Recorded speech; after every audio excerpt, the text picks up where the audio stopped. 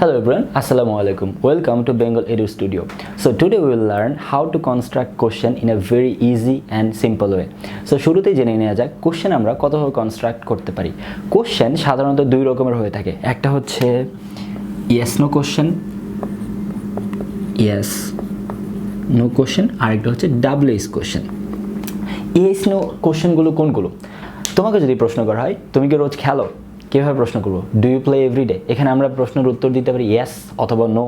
যদি তোমাকে প্রশ্ন করা হয় তুমি কখন খেলো, when do you play every day? তুমি কখন খেলো, এখানে কি তুমি কি শুধু ইয়েস বা নো দিয়ে উত্তরটা দিতে পারবে না। এখানে তোমাকে এক্সট্রা আরও কিছু ইনফো যোগ করতে হবে। সো আমরা জেনে নিলাম যে কোশ্চেন সাধারণত দুই রকমের হয়, yes no question, WH question. Yes no কোশ্চেনগুলোকে যখন আমরা কনস্ট্রাক্ট করি বা বলি তখন মূলত শুরুতে আমরা অক্সিলারি ভার্ব বা হেল্পিং ভার্ব যেগুলোকে বলি সেগুলো দ্বারা আমরা শুরু করি। যেমন অক্সিলারি ভার্ব কোনগুলো? Do, does, did, was, were, am, is, are, এগুলো দিয়ে আমরা কনস্ট্রাক্ট করি। বা কোনো মোডালস যেমন ক্যান, কুড, মে, মাইট, এগুলো দিয়ে আমরা কনস্ট্রাক্ট করি। আজকে আমরা দুই টাইপসের প্রশ্ন কনস্ট্রাকশন করাই শিখব। সো শুরুতে আমরা যদি ইয়েস নো কোশ্চেন করা শিখি, যেমন তোমাকে প্রশ্ন করা হয়েছে তুমি কি রোজ দৌড়াও? Do you run every day? Do you run every day? যদি তোমাকে প্রশ্ন করা হয় তুমি কেন রোজ দৌড়াও, কি বলবে? Why do you run every day? আচ্ছা, যখন আমরা উত্তর দিব ডু ইউ রান এভরিডে, তুমি হয় বলবে ইয়েস, নয় বলবে no. That is why it is called yes no question. যদি তোমার উত্তর হয় ইয়েস তাহলে বলবে yes I do run every day বা আই রান এভরিডে। যদি তোমার প্রশ্নের উত্তর হয় যে no I don't run every day. আবার যদি এখানে আমরা প্রশ্ন করি ডাব্লিউএস কোশ্চেন, যেমন why do you run every day? তুমি তখন উত্তর I run every day because I want to keep myself fit. অর্থাৎ তুমি এখানে তোমার প্রশ্নটাকে আরেকটু ব্যাখ্যা দিতে হবে, অর্থাৎ এক কথা ইয়েস বা নোতে তুমি প্রশ্নের উত্তরটা দিতে পারবে না। যদি প্রশ্ন করা হয় সে কি রুম পরিষ্কার করে, কিভাবে বলবো? Does she clean her room? Does she clean her room? যদি তাকে প্রশ্ন করা হয় কেন সে রুম পরিষ্কার করে, কিভাবে বলবো? Why does she clean her room? That means আমরা যখন কোনো একটা প্রশ্নের উত্তর ইয়েস অথবা নোতে জানতে চাই তখন আমরা প্রশ্ন করি ডু অথবা ডাজ দিয়ে বা অন্য যে কোনো হেল্পিং ভার্ব দিয়ে। আবার যদি আমরা একটা প্রশ্ন সম্পর্কে এক্সট্রা ইনফো জানতে চাই তাহলে শুরুতে আমরা ডাব্লিউএস ওয়ার্ড যোগ করি। এরকমভাবে তুমি আরও যে কোনো প্রশ্ন বানাতে পারো যে সে কেন রোজ খেলে, why does he play every day? তারা কেন রোজ দৌড়ায়, why do they run every day?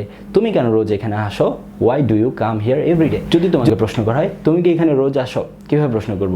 Do you come here every day? That means আমরা একটা সহজ জিনিস বুঝে গেলাম যে ডু অথবা ডাজ যদি বাক্যের শুরুতে দিয়ে আমরা প্রশ্ন করি, অর্থাৎ প্রশ্ন করার শুরুতে আমরা ব্যবহার করি, দ্যাট মিনস সেটা হবে ইয়েস নো কোশ্চেন, অর্থাৎ যেটার উত্তর আমরা ইয়েস অথবা নোতে পেয়ে যাব। আর যদি শুরুতে আমরা যে কোনো ডাব্লিউএস ওয়ার্ড যোগ করি তাহলে সেটা হয় এলাবোরেট, অর্থাৎ আমাদেরকে প্রশ্নের উত্তরের ক্ষেত্রে আমাদের আরও একটু ব্যাখ্যা প্রদান করতে হয়। সো এভাবে আমরা আরও অনেক বেশি প্রশ্ন কনস্ট্রাক্ট করতে পারি। সো তোমাদেরকে একটা স্ট্রাকচার দিয়ে দিই, যেই স্ট্রাকচার মেনটেন করে আরও অনেক বেশি সেন্টেন্স মেক করতে পারবে। এখানে দেখতে পাচ্ছ আমরা দুইটা স্ট্রাকচার লিখে রেখেছি, যেই দুইটা স্ট্রাকচার ফলো করে তুমি আরও অনেক বেশি সেন্টেন্স মেক করতে পারবে, দ্যাট মিনস কোশ্চেন মেক করতে পারবে। সো এখানে লক্ষ্য রাখতে হবে এই স্ট্রাকচার দুটো, যে শুরুতে আমরা যেটা ইয়েস নো কোশ্চেন করার জন্য যে স্ট্রাকচারটা ফলো করব সেটা হচ্ছে শুরুতে আমরা ডু অথবা ডাজ দিব, তারপর আমরা সাবজেক্টটা যোগ করব, তারপর ভার্বের ফার্স্ট ফর্ম এবং অবজেক্ট। আর যেটা হচ্ছে আমাদের ডাব্লিউএস কোশ্চেন সেখানে শুরুতে আমরা ডাব্লিউএস ওয়ার্ডটা দিব, তারপর ডু অথবা ডাজ দিব, তারপর ভার্বের ওয়ান, তারপর অবজেক্ট। শুরুতে আমরা যে জিনিসটা খুব বেশি ইম্পর্টেন্ট, যেটা হচ্ছে আমাদের স্পিচ অর্গানটাকে ট্রেন আপ করার জন্য, যে ডু এবং ডাজ এটা আমাদেরকে বলে বলে প্র্যাকটিস করতে হবে। যেমন আমরা যদি ডু দিয়ে প্রশ্ন করি, ডু দে প্লে ক্রিকেট? তারা কি ক্রিকেট খেলে? এখানে লক্ষ্য করো শুরুতে ডু তারপর সাবজেক্ট, দ্যাট মিনস হচ্ছে এখানে আমরা হেল্পিং ভার্ব, তারপর সাবজেক্ট, তারপর ভার্বের ফার্স্ট ফর্ম, তারপর ক্রিকেটটা হচ্ছে গিয়ে এখানে অবজেক্ট। তারপর যদি আমরা প্রশ্ন করি সে কি ক্রিকেট খেলে, does he play cricket. That means আমরা যেহেতু এখানে third person singular number he রয়েছে, তাই আমরা শুরুতে ডাস যুক্ত করেছি, তারপর ভার্বটা V1, আর বরাবরের মতো এখানে আমরা লাস্টে অবজেক্ট দিয়েছি। তারপর যদি আমরা প্রশ্ন করি তুমি কি রোজ দৌড়াও, do you run every day, do you run everyday.